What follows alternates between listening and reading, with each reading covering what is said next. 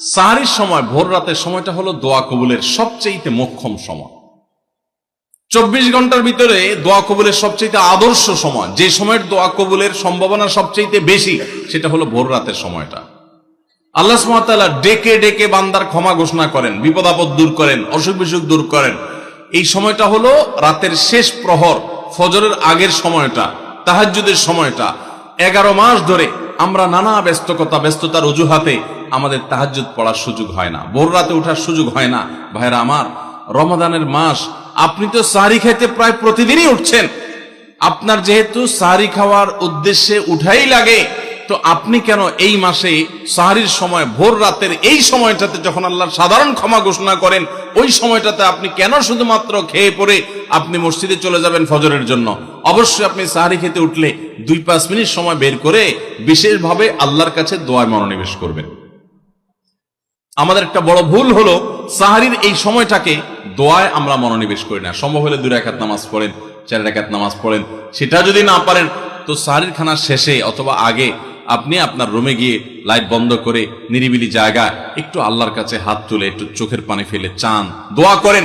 দোয়ার এই সুযোগটা 11 মাস আপনি পান না, রমজান মাসে সাহরির উসিলায় পেয়েছেন, তো আপনি সেই সুযোগটা কেন হাতছাড়া করবেন? আমি বিনয়ের সাথে বলতে চাই, একজন মানুষের যেন আমরা এই সুযোগটা হাতছাড়া না করি। আমি পারতপক্ষে কোনোদিন এই সুযোগটা হাতছাড়া করি না ভাইরা। যেদিন কিছুই করতে পারি না, ওই রকম দোয়া করার সময় হয়তো নাই, কোনো কারণে দেরি হয়ে গেছে উঠতে উঠতে, ওই দিন খাইতে খাইতে মনে মনে দোয়া করার চেষ্টা করি, প্লেটটা ধুইতে ধুইতে দোয়া করার চেষ্টা করি। কারণ মুয়াজ্জিন ফজরের আজান যখন দেন, ওয়াক্ত যখন হয়, তার আগ মুহূর্ত পর্যন্ত আল্লাহ তাআলা দুনিয়ার আসমানে এসে তারপরে বান্দাকে ডেকে ডেকে বলেন, আলা মিন মুবতালান, তোমাদের মধ্যে কেউ কি অসুস্থ আছো, ফাআফিয়াহু, আমি তাকে সুস্থতা দান করব। আল্লাহ মিন মুস্তাগফিরিন ফাগফির লাহ, তোমাদের মধ্যে কেউ কি আছো ক্ষমা প্রার্থনাকারী, আমি তাকে ক্ষমা করে দিব। এভাবে ডেকে ডেকে আল্লাহ তাআলা দিতে থাকেন। টোটাল 24 ঘন্টার মধ্যে যেই সময়টার দোয়া ফেরত দেয়া হয় না, যেই সময়টার দোয়া মিস হওয়ার সম্ভাবনা খুবই কম, আপনার দোয়ার বেসিক শর্তগুলো ঠিক থাকলে এই দোয়া কবুল হওয়ার সম্ভাবনা জোরালো, সেই সময়টা হলো ভোর রাতের সময়টা। রমজান মাসে এই সময়টাতে দোয়ার যে সুযোগ তৈরি হয়, দোয়ার যে বিশাল সুযোগ আপনি পান, এই সুযোগটা হাতছাড়া করে আপনি শুধুমাত্র খেয়ে দিয়ে এই সময়টাকে পার করে দেন, এটা কখনো বুদ্ধিমানের কাজ হতে পারে না।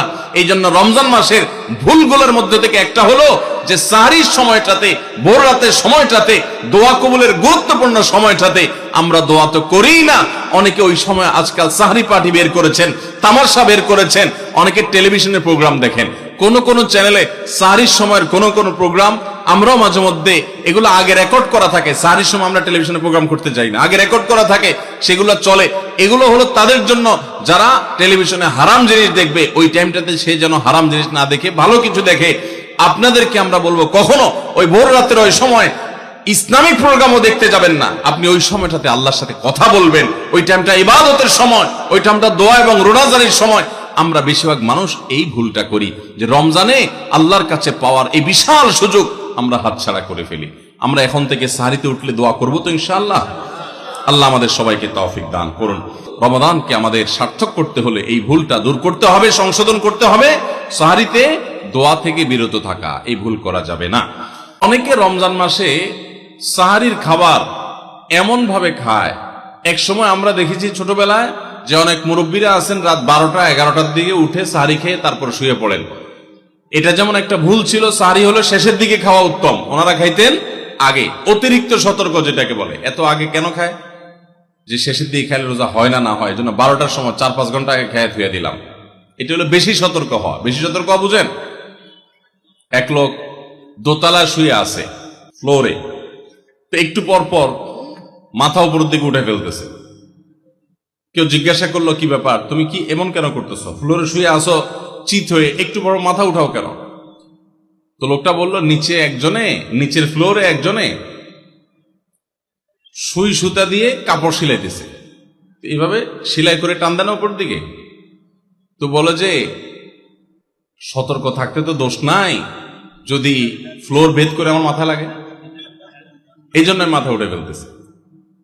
তো এটা অতিরিক্ত সতর্কতা হলো না? সতর্কতা ভালো, কিন্তু অতি সতর্কতা ভালো না। সাহরি অনেকে রাত 12টা-1টার সময় খান, এটা হলো অতিরিক্ত সতর্কতা। এত বেশি ভালো না, এত অতিরিক্ত সতর্ক হওয়া বরং নিষেধ। হাদিসে নবী সাল্লাল্লাহু আলাইহি ওয়াসাল্লাম আমাদেরকে সাহরি শেষের দিকে খেতে বলেছেন। এখন আরেকটা ভুল হলো, অনেকে সাহারি এত শেষে খান যে মুয়াজ্জিনের সাথে ওনার কম্পিটিশন হয়। মুয়াজ্জিন মাইক ধরে, মাইকের সামনে দাঁড়ায় মুয়াজ্জিন ঘড়ির দিকে তাকাইতে তাকে টিক টিক টিক টিক আগাইতেছে কাটা। মুয়াজ্জিন প্রস্তুতি নিচ্ছে যে আল্লাহু আকবার করে হাঁক দিবে, আর উনিও ওইদিকে প্লেট হাতে গ্লাস হাতে খাবার খাচ্ছেন, ধুমায়া খাচ্ছেন, এবং কম্পিটিশনে লিপ্ত হয়েছেন যে মুয়াজ্জিন আগে আল্লাহু আকবার বলে না, তিনি আগে গিলে শেষ করেন। এরকম কম্পিটিশন হয় কি হয় না? বেশিরভাগ লোক, বিশেষ করে আমাদের যে কোনো কাজে আমরা একেবারে শেষ মুহূর্ত পর্যন্ত না ঠেকালে ভালো লাগে না। এই যে একদম আজান হওয়ার আগ মুহূর্ত পর্যন্ত খেতে থাকা, অনেক সময় দেখা যায় যে ভিতরে যেতে যাচ্ছে আজান পড়তেছে, এখনো আমার গলার নিচেও নামে না, এদিকে আল্লাহু আকবার শুরু করে দিছি, আল্লাহু আকবার শুরু করতেছে, তখনও চাবাইতেছি, এবার ফালাই দিছি। দেরিতে সাহারি খাওয়া সুন্নাত, এর মানে এই না যে এত দেরি করবেন যে মুয়াজ্জিনের সাথে আপনি চোর পুলিশ খেলাবেন। এত দেরি করা এটা অবশ্যই সুন্নাহ নয়। নবী করিম সাল্লাল্লাহু আলাইহি ওয়াসাল্লাম সাহারি খেয়ে শেষ করার পর ফজরের নামাজ পড়তেন, মাঝখানে 50 আয়াত পড়ার মতো গ্যাপ থাকতো। 50 আয়াতের গ্যাপ মানে হলো 5 থেকে 7 মিনিট এভারেজ, এরকম গ্যাপ তিনি দিতেন, তারপর তিনি নামাজ পড়তেন। আমরা অনেকেই রমজান মাসে সাহারির খানা খেতে খেতে একেবারে আজান পর্যন্ত ঠেকাই দিই, এত দেরি করা আবার ঠিক না। অনেকে গোসল ফরজ হলে মনে করেন যে এই অবস্থা সাহারি খাওয়া যায় না, এটা ভুল ধারণা। আপনার রমজানের রাতের বেলা গোসল ফরজ হয়েছে, আপনি এখনো গোসল করতে পারেন না, এদিকে সাহারির খানার সময় চলে যাচ্ছে, তাহলে আপনি আগে সাহারির খানা খেয়ে নেন, সাহারি খেয়ে তাড়াতাড়ি গোসল করে তারপর ফজর নামাজ পড়তে যান, কোনো অসুবিধা নেই।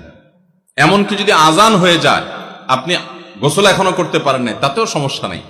আমরা অনেকে এটাকে সমস্যা মনে করি। সেই সাথে আরেকটা ভুল ধারণা হলো, অনেকে মনে করেন রমজান মাসে দিনের বেলায় স্বপ্নদোষ হলে বোধহয় রোজা ভেঙে যায়। স্বপ্নদোষ হওয়ার কারণে রোজা ভাঙে না। স্বপ্নদোষ হয়েছে, আপনি রোজা কন্টিনিউ করবেন, এই রোজা রাখতেও হবে না, কোনো অসুবিধা নেই, কারণ এটা আপনার ইচ্ছায় না। আমরা অনেকে যদি সাহারি খাইতে না পারি তাহলে আর ওই দিন রোজা রাখি না। অনেক লোক আছে বলে যে আজকে সাহারি খাইতে পারি না, এই জন্য রোজা রাখি না। তো সাহারি না খাইতে পারলে রোজা রাখবেন না কেন? সাহারি খাওয়াটা সুন্নত আর রোজা রাখাটা ফরজ।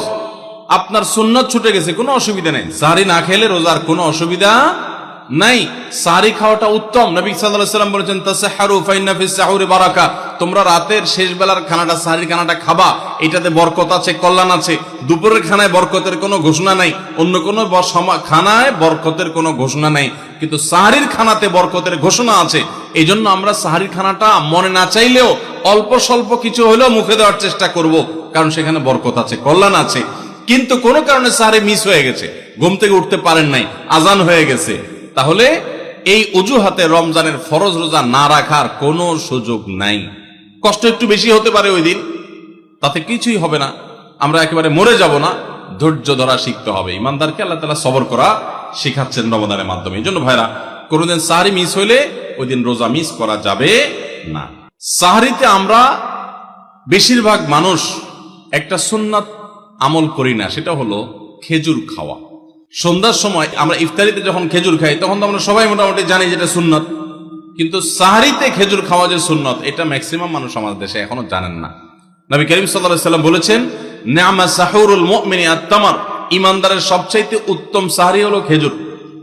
আপনি ভাত খান, ডাল খান, গোশত খান, মাছ খান, যাই খান, এক পিস খেজুর আপনি যদি অন্তত সাহারিতে খান, তাহলে এটার কারণে একটি সুন্নাত জিন্দা করার সওয়াব পাবেন। খেজুরে প্রচুর পরিমাণ এনার্জি, খাদ্য শক্তি থাকে, এটা আমাদের জন্য নানা দিক থেকে উপকারীও বটে। এই জন্য ইফতারিতে আপনি খেজুর খাওয়ার কথা জানেন, অথচ হাদিসে শুধু ইফতারিতে না, সাহারিতেও খেজুর খাওয়ার নির্দেশনা দেওয়া হয়েছে। এই জন্য এটা একটা ভুল যে আমরা অনেকে সাহারিতে যে খেজুর খেতে হয় এটা জানি না।